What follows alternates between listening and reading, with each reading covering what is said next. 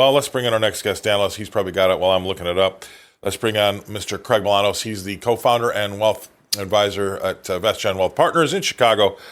Craig, I'm trying to pull it up here on my screen as I speak, but overnight we've obviously got some oil news. What's the jobs numbers got for us? Well, it looks like that unemployment rate's ticking up 4.4% versus 4.3%. But the big news is people thought the over-under on this thing was 50,000 jobs being created. Last time I checked, it's 92,000 jobs lost, not 50,000 created. Right. So can you say a bit of an economic slowdown, or maybe it's just a one-time, one-offer in the data? Don't know till I dive in, but certainly it's going to create headlines on a Friday. Yeah, boy, that was not expected. That's a really big miss in percentage terms. You're right. I do have that as well. I can confirm 92,000 jobs lost, not created at all. Unemployment rate was expected at 4.3, came in at 4.4. Not good either. Average hourly earnings were better by 0.1% from 0.3 to 0.4. Retail sales were not as bad. We were only down 0.2 instead of expecting a down 0.3 number. So across the board, that's going to be. It'll be interesting to see how these markets take that. Or are they going to go into rate cut mode, even though we've got oil at $85 a barrel? That's going to be a little bit of a quandary here today, I think.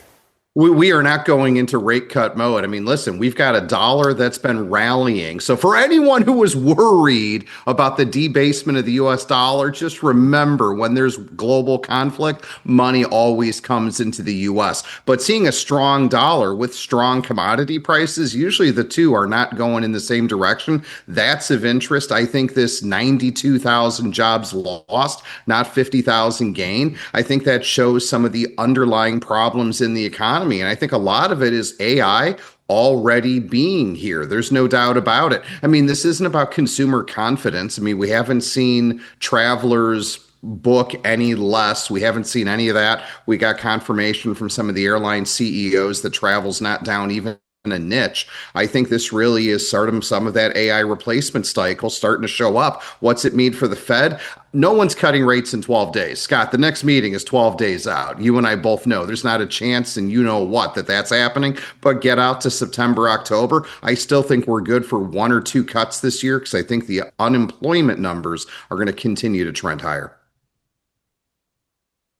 Yeah, I agree with you, and I don't have a lot of folks in my camp on this one, but I had some research that came across my desk right before I went on my last trip here, and it said that with artificial intelligence, it's only really touched about 16% of the globe. All right, so 84% of the globe has not even experienced artificial intelligence yet. If we're already starting to talk about job losses because of artificial intelligence, we got a ways to go here on that, I believe, and we've seen all the headlines. I get lists of it every day about how many people these companies are laying off. Some CEOs are calling it just regular cost cutting measures, this, that, and the other. But I do know that there's got to be a lot of it down to the fact that they're getting stuff done with AI that they don't need people for. And I know that we've got cottage industries that might pop up from it. I know there's people that think that it's going to actually create some jobs. And I don't want to be that guy, but I will be that guy. I don't want to be the guy that says it's different this time, but I do think it is different this time because if you listen closely to what some of these artificial intelligence folks, like your Sam Altmans and your Anthropic AI folks talk about it, this is the first time we've really had technology try to replace a lot of people. Now, there's been replacing kinds of people before. We've seen that happen in assembly lines and the likes, but this one's a little bit different. I really do believe that. And so we're already starting to see it with Dorsey, the guy that created X. He just fired 80% of his staff in his new company here. And he blamed it on AI, which I thought was interesting. A lot of CEOs aren't ready to go that far. So we'll wait and see. But there are parts of the economy that are doing well. We've gotten some great ISM numbers just recently here. I think manufacturing is doing very, very well. But we do still have this K-shaped recovery. We're getting numbers like this, and at the same time, we get some great ISM numbers, and I guess that is part of that K-shaped economy. That is a part of the K-shaped economy, and the problem is, I think the K is going to become special K, bigger K. It's going to super K. It's going to actually exacerbate. It's going to become even worse. There's no doubt about it. So, I think, what people want to know is, hey, what should we be doing with our money? What should we be doing with our 401ks? And I think right now still remains a great time, Scott, for people to be rebalancing. Seriously, take a look at your geography, what's in US versus what's across the globe. Take a look at market capitalization. So many people are hiding exclusively in large cap indices. There's still room in small mid. You and I both confirmed it, even though it's rumor. We are going to get one or two rate cuts later this year. And price always matters. And there's tremendous value. Software as a sector, some of these other things that have been disrupted. But for everybody else, control your budget, control your savings rate, invest with discipline. And yes, like every other conflict, I think this too shall pass. But the real story remains. Oh, what yeah. can I be investing in that AI isn't going to replace? And what can I be investing in that AI isn't going to reprice? I think that's a theme for everyone to pay attention to over the next 5 years. All right, I'm going to steal that. Replace and reprice. That's something I'm going to steal going forward, with your permission, by the way, obviously.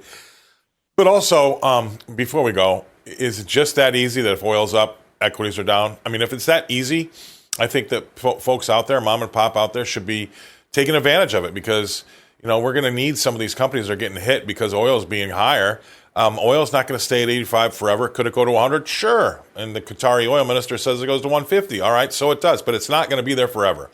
So if you want to bet on high oil prices for the rest of your life, well then, yeah, maybe you want to get out of your stocks. But I don't think that's going to be the case. I think oil does come back to earth, and you're going to get the opportunity to really pick up some great U.S. companies that have been really hit hard and been discounted as of late. What do you think about that?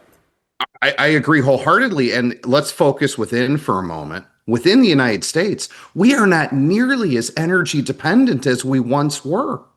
I want to just remind everybody of that. We are not nearly as dependent as we once were on the price of WTI, West Texas Intermediate, and that should be celebrated. Now, don't get me wrong, this is a global economy. So what happens to all of the oil that gets shipped by tanker through the Straits of Hormuz and everything else? Yes, it matters. But as far as the American citizen goes, we are far more protected than we used to be when it comes to oil shock than we were in the 90s, the 2000s, and almost any other time in history.